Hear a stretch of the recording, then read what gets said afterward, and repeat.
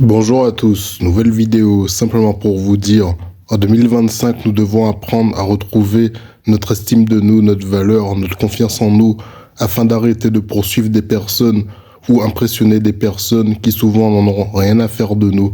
Des fois, chercher à impressionner des gens que nous ne connaissons même pas, qui font leur vie, c'est chacun pour soi, il ne faut jamais l'oublier.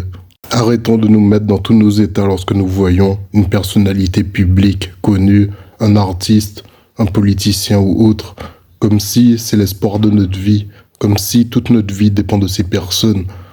Retrouvons notre estime propre, notre amour propre, et arrêtons de nous agenouiller, de nous incliner devant de telles personnes.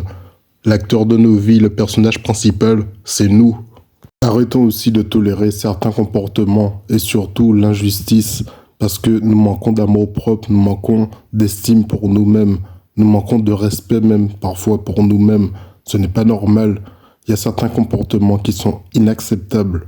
Nous devons apprendre à nous éloigner des personnes qui commettent volontairement l'injustice et qui jouent les victimes lorsque ça leur arrive à elles.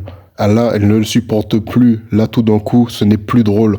Par contre, lorsque ça arrive aux autres, ça ne les touche pas. Elles sont complètement indifférentes, insensibles. Arrêtons de vouloir à tout prix faire partie d'un groupe, adhérer à une cause ou quoi que ce soit d'autre, juste pour nous intégrer. Surtout être prêt à tout pour nous intégrer à n'importe quel prix. Est-ce que ça vaut la peine finalement de perdre complètement notre personnalité, de nous effacer?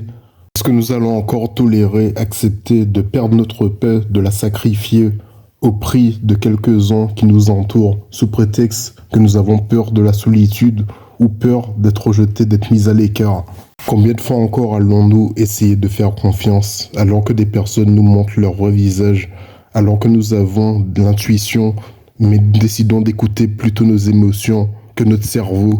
Combien de fois encore allons-nous essayer d'arrondir les angles parce que nous avons peur de perdre une personne, parce que nous ne voulons pas la froisser, que nous avons peur de sa réaction?